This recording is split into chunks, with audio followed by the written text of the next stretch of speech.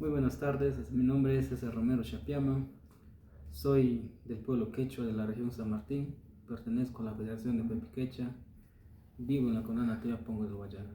Señor César, ¿qué tan importante es la titulación de tierras para los pueblos indígenas?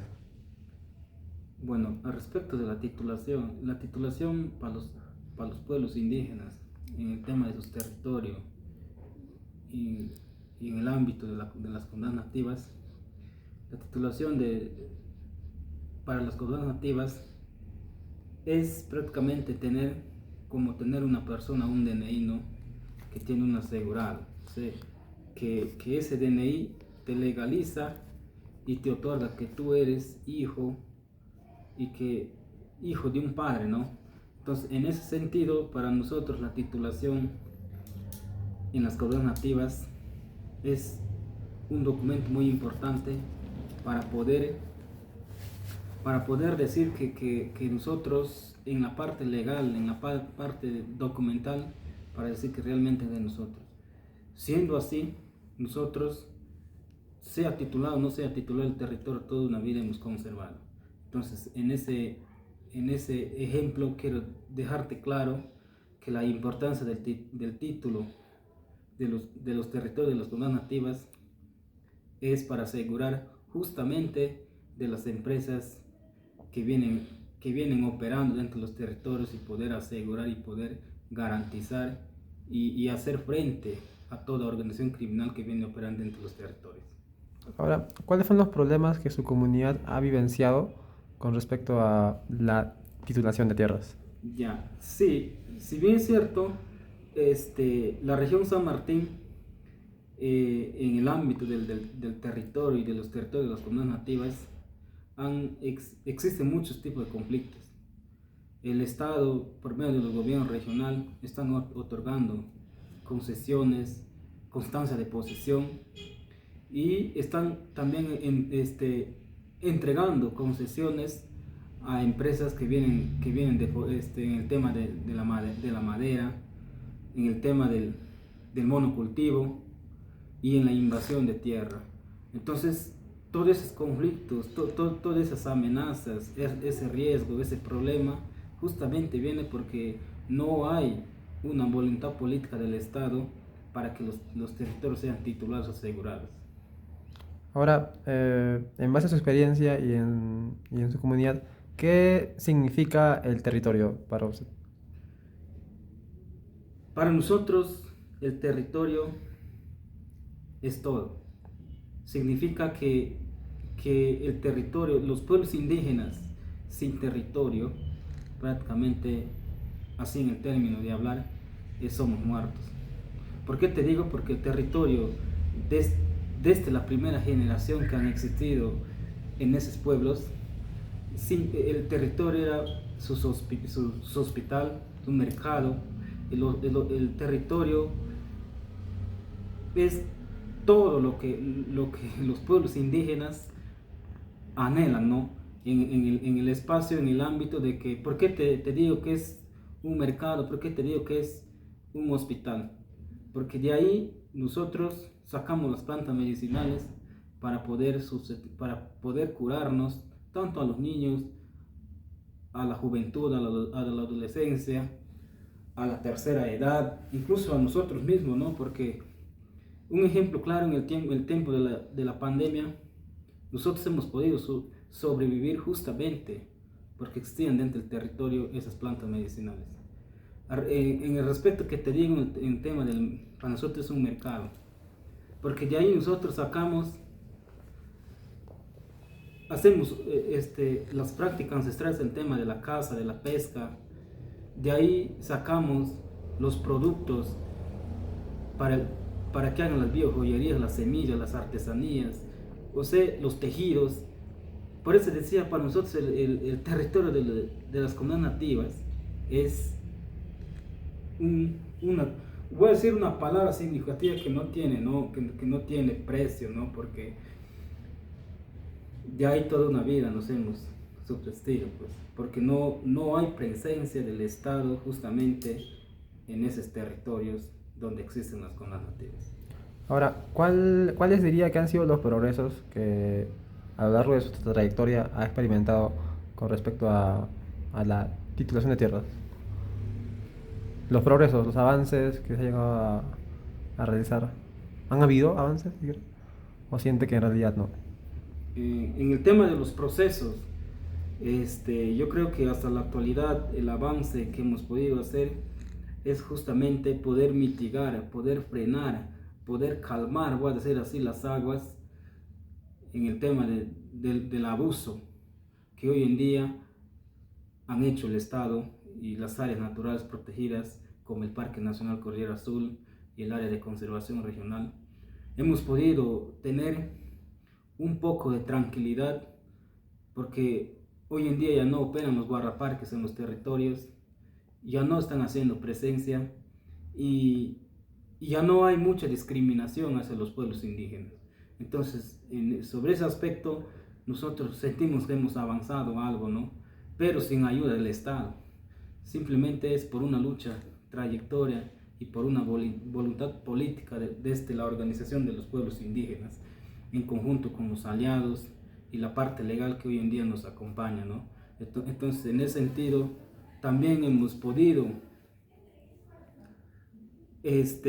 avanzar y sentimos que hemos avanzado, aunque quizás no sea en su totalidad en el tema de la titulación de las comunidades nativas que hoy en día están titulando algunas comunidades el proyecto del PTRT3, pero como le mencionaba en el taller, en el evento, están titulando ni la cuarta parte del territorio. Entonces sentimos también que hay un avance, ¿no? Pero no está en su totalidad del territorio, pues. Señor César, ¿podría explicarnos el problema que ha habido con respecto a la cordillera escalera, con respecto a su comunidad? ¿Cómo fue ese problema, no? Ese desplazamiento.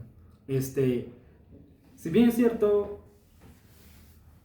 el área de conservación, las áreas naturales protegidas se han creado, el área el Parque Nacional Cordillera Azul, el 2001, y el área de conservación regional se crea Cordillera Escalera el 2005. Y justamente cuando esas áreas se han creado, había muchos atropellos en los pueblos. Entonces, desde que se han creado, los pueblos hoy en día viven con una restricción justamente en el tema de la práctica ancestralidad de sus costumbres. ¿Por qué te digo? Porque el Parque Nacional, cuando se ha creado por medio de sus guardaparques, les han privado que no entran al territorio supuestamente de las áreas naturales protegidas, y les han quemado cuando les han encontrado cuando volvían de hacer sus prácticas ancestrales en el tema de la caza, de la pesca.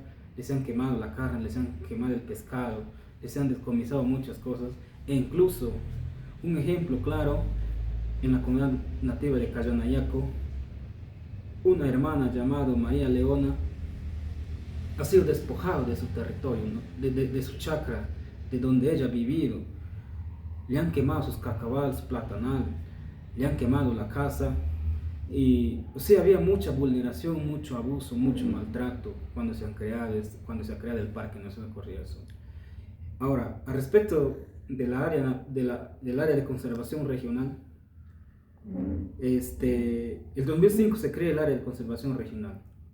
Yo pertenezco a la comunidad nativa Pongo del Huallaga, y mi territorio es 100% ACR. Hasta el núcleo poblacional donde nosotros vivimos es ACR. Entonces, justamente yo hablaba ayer del despojo territorial, del atropello, de la vulneración de derechos justamente en los pueblos indígenas que hoy en día se ha hecho desde que se ha creado el área de conservación regional. Entonces nos han privado incluso nuestras prácticas ancestrales que nosotros hacemos, trabajamos, por ejemplo en sembrar, hacer una chacra para sembrar un plátano, para sembrar una yuca, un maíz, para sembrar el cacao, el café. Incluso nos han privatizado, nos han amenazado: si tú vacías el chacra, te vamos a denunciar, te vamos a encerrar 10, 20, 30 años de cárcel. Eso eran los atropellos, esas eran las amenazas, y eso es la amenaza que tenemos cuando se han creado el área de conservación regional y el Parque Nacional Cordillera Azul. Ahora, señor César, el Estado peruano cuenta con una ley sobre consulta previa. ¿Cuál es su percepción al respecto de esta ley? ¿Funciona? ¿Tiene cabida? ¿Es efectiva? Sí, voy a decir así, ¿no? Las leyes del Estado peruano y el propio Estado es una burocracia. ¿Por qué te digo? Porque ellos aplican la consulta previa donde les conviene y donde no les conviene, no aplican. Entonces, ¿por qué te digo donde no les conviene? O sea, por ejemplo, al hacer la consulta previa en los pueblos indígenas, al Estado no le ha convenido. ¿Por qué? Para que no tengamos esa participación efectiva y tener el consentimiento el libre consentimiento, ¿no? Que siempre se habla después de la consulta. ¿Qué significa el libre consentimiento? Cuando van a operar, por ejemplo, empresas, qué sé yo, privadas o nacionales, siempre primero se hace la consulta. Peor si son en territorios de los pueblos indígenas, van y llegan a la comunidad para que hagan la consulta. Entonces, hacen la consulta y se hace la asamblea para tener el libre consentimiento, lo que se dice. ¿Qué quiere decir eso?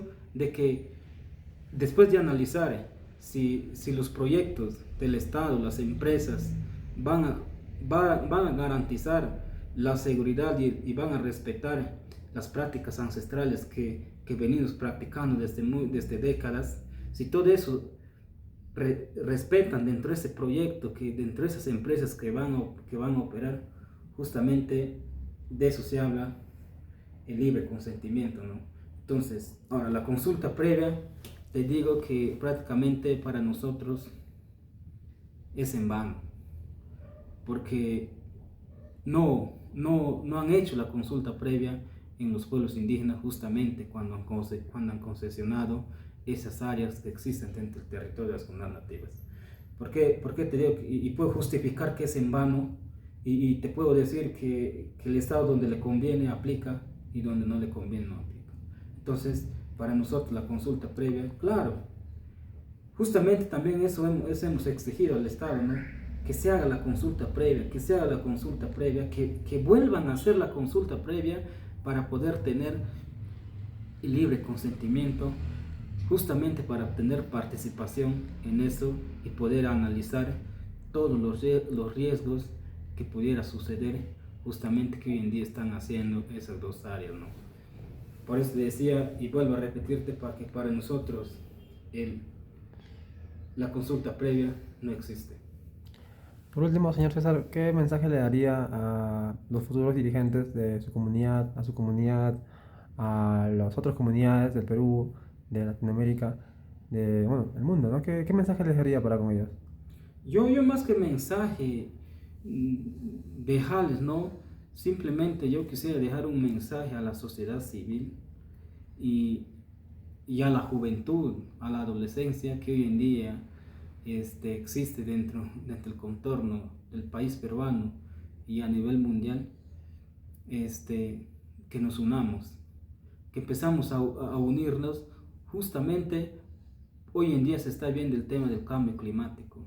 Hemos vivido una crisis climática este año y el próximo año que viene. Entonces, ¿qué cosas más vamos a ver, no? Entonces, que entienda la sociedad civil y la juventud que nosotros, los dirigentes, las comunidades nativas, los pueblos indígenas, las federaciones regionales, nacionales y las federaciones que están afiliadas a las federaciones regionales, justamente estamos luchando, estamos exigiendo, estamos visibilizando, haciendo demandas, no quizás por un interés personal, sino por un interés, por querer salvar prácticamente al mundo entero, ¿no? Sobre el tema de la Amazonía peruana. En ese sentido, yo dejarles un mensaje a mis hermanos dirigentes, no puedo dejarles un mensaje porque la postura del movimiento indígena y de los dirigentes tenemos claro: defender la Amazonía peruana, defender la Amazonía del mundo, defender la Amazonía de San Martín, para que esos territorios de los pueblos indígenas toda una vida sigue intactos, siguen vivos. Muchas gracias, señor César. Eso es todo.